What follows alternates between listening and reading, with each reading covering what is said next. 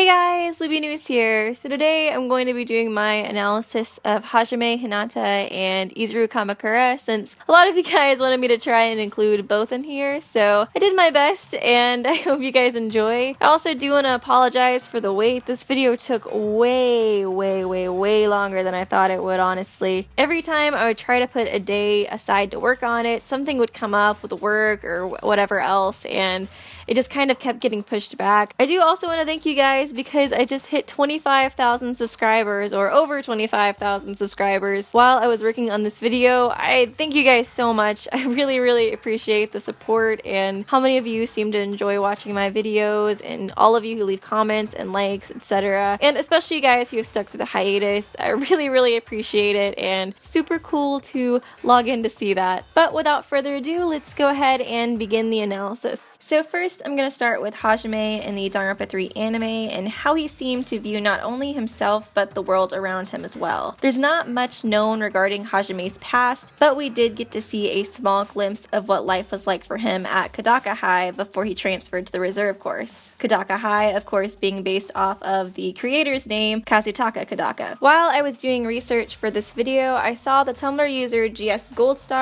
point out that in HAJIME's Danganronpa 3 character bio, it states that he was accepted to the reserve course and exempted from tuition for meeting certain requirements. It can be believed that these certain requirements were his lack of talent, making him a perfect candidate for the Izuru Kamakura project. So essentially, since he agreed to be considered for the project, his tuition fees were exempt. But in the anime, we see that he understandably begins to get cold feet about officially agreeing to be a part of it. In his conversation with Tengen, he mentions that his family can't afford the tuition fees unless he agrees to go through with it. Otherwise, he'll have to return back to his old high school. This appears to be a huge fear to him, and for good reason. Going back to Super Danganronpa 2, we see that before he transferred to the reserve course, he was outcasted by his fellow classmates. It's obvious that their remarks about him being completely unremarkable, and their insults directed towards how much money this would cost his family, hurt him pretty greatly and caused him a large amount of anxiety. In the second game, there was something he said at the beginning that really stood out to me regarding his life before Hope's Peak. He states, "This reality that could not be more different than my usual daily life. School, studying, exams, job hunting, going for walks, going to school, riding the trains, lectures." I found it odd that 6 out of the 8 activities he mentioned were work or school related, and that the ones that weren't work or school related were mostly just a means of getting to work or school. Because of this, I believe that HAJIME was a very work-focused person, and that he didn't have any friends at his old school or at all really growing up, and not necessarily because he was bullied or anything along those lines, but possibly because he didn't want to be friends with anyone around him. Let me explain. So a common theory related to HAJIME is that he has a massive inferiority complex in regards to his lack of talent compared to the Ultimates. And I do believe this is true to a certain extent, but also that his confidence sort of wavers depending on the situation. So in his dream sequence, he mentions that he wants to leave that place and go somewhere he truly belongs. And I saw online that a Tumblr user who goes by the username lovely-fics pointed out that this is a very different outlook compared to someone like Komaeda that truly has a stagnant inferiority complex and even refused to attend Hope's Peak Academy at first because he believed he wasn't worthy enough. HAJIME, on the other hand, is shown to be someone who focuses exclusively on work, school, improving, and believes that he does belong at Hope's Peak Academy. This implies to me that in reality, he believes he's better than his average classmates, that he was destined to be loved by talent, and that since he hadn't given up and accepted normalcy like everyone else at Kodaka High or the reserve course, and was still working hard to find his talent, that he was above them in a way and couldn't relate or become friends with them. More than likely, he felt that they would be a negative influence on him with their given up sort of outlook. We see this in Danganronpa 3 Despair Side as well when he meets Natsume for the first time. She voices that she's different from the other reserve course students because she hasn't given up on her talent, and when she accuses him of giving up on himself, it implies that he plans on voicing a similar opinion before being interrupted. I actually do think that they both hold similar opinions on the rest of the reserve course, but just that Natsume is more vocal and blunt with her opinions. But I believe that growing up, HAJIME was always attempting to be the best by studying more, going to more lectures, etc. in order to be the best, but that he always fell short. So after this, he listed for the reserve course course and transfer to Hope's Peak Academy, hoping that he could find people that would help make him feel more confident, people that would be a positive influence on him and that he would fit in with. Something that I didn't notice at first, but I also saw pointed out by all my lovely fics on Tumblr, is that for someone who claims that Hope's Peak Academy was their dream school, he doesn't seem to know much about it compared to a real Hope's Peak fanboy like Komaeda. I think that since he didn't know much regarding the lucky student draw and the Hope's Peak Academy forums, that maybe he had a different idea about the reserve course before he transferred there. I think that he may have thought it would be a more positive experience, or that by being there he could eventually transfer over to the main course. But as we see in the anime, the reserve course and the main course are incredibly divided. And even with this being the case, he still met and befriended an ultimate Chiaki, who I think may have been one of his first friends and only friends in general. And just as Juzo states regarding the reserve course kids,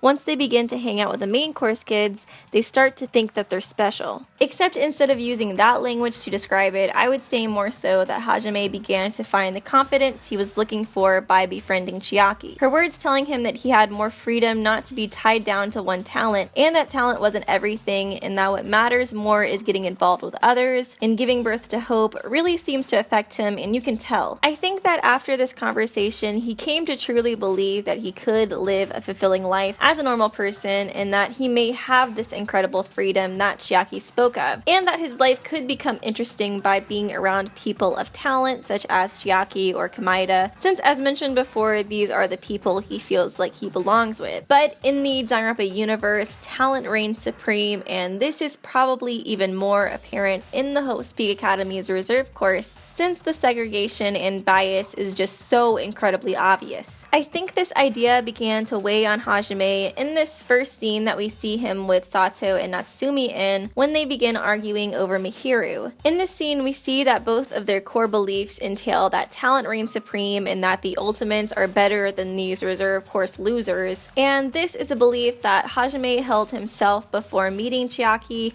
and still does to a certain extent even with her influence. I actually believe that both of these characters symbolize in the show two different outcomes that Hajime believes could happen to himself if he didn't decide to go through with the Izuru Kamakura project. Natsumi, I think, symbolizes the outcome in which Hajime doesn't go through with the project and accepts that he is meant to live among the normal people. This would be a miserable life for him where he was constantly in the shadow of the ultimates, forced to watch from the sidelines the success of those he feels he belongs with from a distance, while at the same time never fitting in with the normal people that he's actually worthy to be around. Sato, I think, symbolizes what he thinks could be a negative outcome of Chiaki's advice of getting involved with others and making memories. Since in his mind he can only belong truly with people such as the ultimates, I believe that he fears he could become someone like Sato, whom, since she had given up on her own talents, she instead became unhealthily obsessed with the talent of her friend Mihiru. I think both of these outcomes are emphasized in Juzo's interaction with Hajime as well, right before he officially decided to go through with the project. If you live your life idly, groveling before your betters, nothing could make you happier, could symbolize the outcome of him ending up as Natsumi's worst fear, and the quote, "You cling to talent of the main course students like crap trailing behind a goldfish," could symbolize him becoming like Sato. I do get a bit frustrated seeing people online simply say that it was all Juzo's fault that Hajime went through with the project, or that Danganronpa 3 ruined his character and that the only reason he did it was because he wanted to impress his new girlfriend Chiaki. And don't get me wrong, I have my complaints with the anime, but I actually do think they handled this part in the right way. To simplify this whole scenario, I believe that Hajime has a belief within himself that he is above the rest of the reserve course students and his old classmates Akataka High, because he does try hard and he hasn't given up on his talent, but that his confidence wavers based off of what he experiences in the real world, and because of the obvious segregation at Hope's Peak, Juzo's cruel words, Sato and Natsumi's fates, etc., he came to the conclusion that you can truly only have a hope-filled future if you have talent, something to show the world that you are worth something. Chiaki told him that he would have the ability to create his own future, but because of his lack of faith within himself, he couldn't come to the realization that he didn't have to decide between the Izuru project fate and having the same fate as Natsumi or Sato, but that he could create his own future. That there was a possibility of despair and hope in each choice, but because of these external influences, his gaze was limited and he could only see the few choices given and the despair within them. This idea parallels chapter 6 of Super Danganronpa 2 when he feels that he can't make a decision there either since they're all so full of potential despair. Except this time he was able to find that confidence within himself, create his own future, and become the ultimate hope. At the beginning of Super Danganronpa 2, we see that Hajime's reaction to the killing game isn't the most heroic, and that his initial reaction is that he really just wishes to not do anything and that it would go away. We also see that it's Komaeda and the ultimate imposter that are the ones to attempt to encourage and lead the others in the scenario, while Hajime simply follows along. And although we do see this, I'd like to also point out that even though he wasn't necessarily the leader type, he was probably one of the ones who worked the hardest in order to solve each murder case. And I do believe that working hard to accomplish goals is a core value within him. I think some of these aspects of Hajime's character is what makes him such a relatable and compelling protagonist, since we see that he has the potential to be a true leader, but the game gives him plenty of room for growth. Another thing notable about Hajime's personality is that he's considerably more blunt than Makoto. It's noted on the wiki page that he uses the word ore to refer to himself rather than boku, which both Naegi and Izuru use. It states that ore is a more boastful way to describe oneself. It also puts that when he corrects someone in the trial, he states "Sori wa chigao zo" rather than "Sori wa chigao yo," which is supposed to be a more blunt and impolite way to say that's wrong.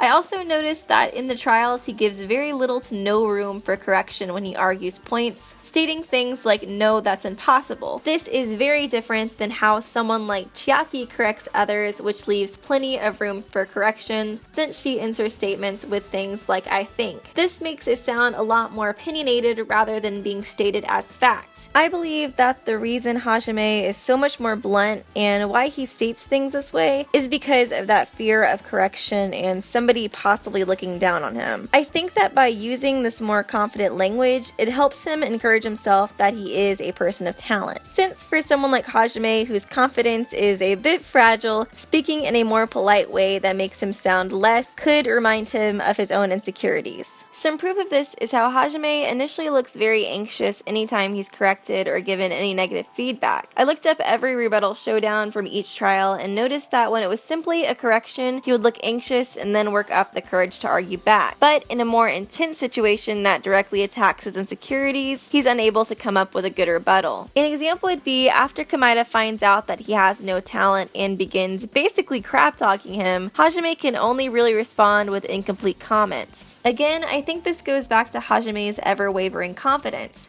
I think he's able to falsely convince himself of his own confidence by using ore and zo and finally being around what he would consider positive influences for his confidence, but when his surroundings change and all of a sudden someone is talking down to him or he's faced with a hard decision, we see his insecurities quickly spawn up. It goes back to how his opinions and the way he acts is greatly shaped by external forces. Again, in the 6th trial, we see that he didn't have enough belief in himself to see that there was another option other than the ones Junko granted. Just like in Despair's side, he didn't see that there was any other options other than him ending up like Sato or Natsumi based off of Hope's Peak and society's rules. But after Chiaki encourages him to create his own future in Super Danganronpa 2, we see that he finally decides to give up his old beliefs and realizes that this situation and the world in general isn't a game. He doesn't have to follow Junko's rules or Hope's Peaks or society's rules in order to succeed. He simply just has to believe in himself and realize that although hope and despair both lie in the future, as long as he holds on to hope, he can conquer anything. And in Hope's side, his character comes around full circle and we see that he's learned that you can no longer run away from your problems or despair as well as he tried to do in the past. This of course emphasizes the main theme of the anime that was meant to portray that true hope is overcoming despair and that you need despair in order to have hope. While the main theme of Super Danganronpa 2 seems to be that no matter how mixed the future may look, filled with both despair and hope, you have to continue to have faith in yourself and create your own future. Now moving a bit off topic, there is something else I wanted to talk about. So something interesting I noticed while making this video was that we all know it's obvious that Komaeda Komaeda is supposed to be like this twisted version of Naegi in the way that they both view hope, or more specifically how they both believe that you achieve hope by conquering despair. But the difference is that Komaeda is willing to cause this despair in order to watch the talented conquer it. I also think that Komaeda's views on talent are meant to be a more twisted version of Hajime's, or at least that his views are supposed to be based off of his in a certain way. In this case, both believe that only the talented can conquer despair and have a bright future. But the difference is that Hajime wants to be talented more than anything, and he believes that he deserves to rank among them, but is consistently turned down. While Komaeda, on the other hand, accepts that he's nothing but a stepping stool for the talented, and he even refers to Hajime as being full of himself for thinking that he could rank among the ultimates being an average person. Also, Komaeda believes that he's so undeserving to rank among the ultimates that even though he was accepted into Hope's Peak Academy's main course, he turned down the offer originally. This being an offer that Hajime would literally sacrifice his mind and body for. Hopefully this comparison isn't too obvious. I just never noticed it really before making this video, so I thought it'd be kind of interesting to point out how each of their beliefs on talent mirror each other, but then their responses are just completely opposite. But next, I'd like to talk a bit about Izuru Kamakura, since a lot of you guys wanted me to analyze him as well. I'm basically just going to be doing an overview here of all of his actions and how I interpret them. Also, there might be slight Danganronpa 0 spoilers in here as well. It's heavily implied in the anime and it's almost even outright spoken at one point, but if you haven't read the novel and you're really sensitive to spoilers, you might want to skip this part. I'm kind of bummed because this is my favorite part of this analysis, so I'd be kind of bummed if a lot of people skip this. So maybe some of the other people that have read Zero can kind of say whether or not this is a spoiler, because it is outright spoken in the anime, but I also kind of imply something else here, so it's just hard. If you're really sensitive to spoilers and you want to read Zero, go read Zero first. I have a bunch of links to where you can read it in my Junko analysis description. So to start out, Izuru was born with incredible talent, but overall was a blank slate when it came to hope and despair. He was bored of the world the minute he was born, just the same as Junko, since they both share super analytical abilities. Junko uses this trait that they share as a way to convince him to help in her schemes of throwing the world into despair. He first tries out despair by watching the first killing game that Junko sets up. He seems completely bored throughout the entire thing until the very last few moments, when he was unable to predict that he would be shot by the boy with a chainsaw. This is when he acknowledges that despair could be in fact something he couldn't predict. After this, we see that he also witnessed Chiaki's execution and death. Again, he seems completely unaffected until right when she dies, when he notices that a bit of Hajime's emotions sprung up from inside him, which he had believed was impossible. So at this point, he has now reached the conclusion that both hope and despair have the potential to be unpredictable. But now the question is which one of them is truly worth his time. Just before this, we also know that Junko framed Izuru as the culprit of the first killing game, which led to the Reserve Corps students to participate in the parade, which eventually led to the tragedy. After this, eventually death, chaos, and despair became a normal part of everyday life. As mentioned before, Izuru was initially interested in despair, but I believe his interest vanished. Because in Chapter 0 he states, "This world is full of boring people who lack talent stick together and oppress those who do possess talent. Even though they know they're insignificant, they don't try to acknowledge their true superiors. They are profoundly desperate to drag them down to their level, and because of these bastards, the world has come to a deadlock." I think in this scene, he's referring to the cause of the tragedy and the Reserve Corps students who initiated the tragedy and those who followed along and began to riot against the wealthy and talented. And how since this chaos and despair became normal, it suddenly began to become predictable and enter a deadlock. This is a parallel to the boat's rocking in Chapter 0 as well, since at first the rocking was unpredictable and exciting to Izuru, but soon he states that he'll become bored of that as well because detecting regularities among irregularities would eventually become predictable too. And I think that's exactly how he came to feel about despair, because once the irregularities of chaos and death become a normal part of everyday life, it eventually becomes predictable. I think he became angry at Junko for this reason too.